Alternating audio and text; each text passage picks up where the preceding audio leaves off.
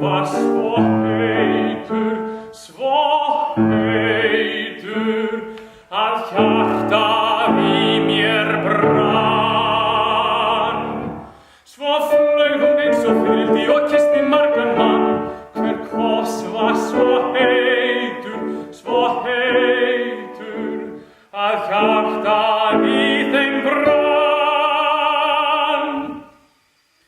En loks kom hann Láki og Kata kyssti hann og kossinn var svo heitur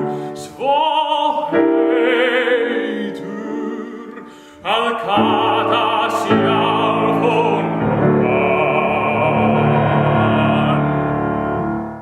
Nú hún í koti kyrr og kyssir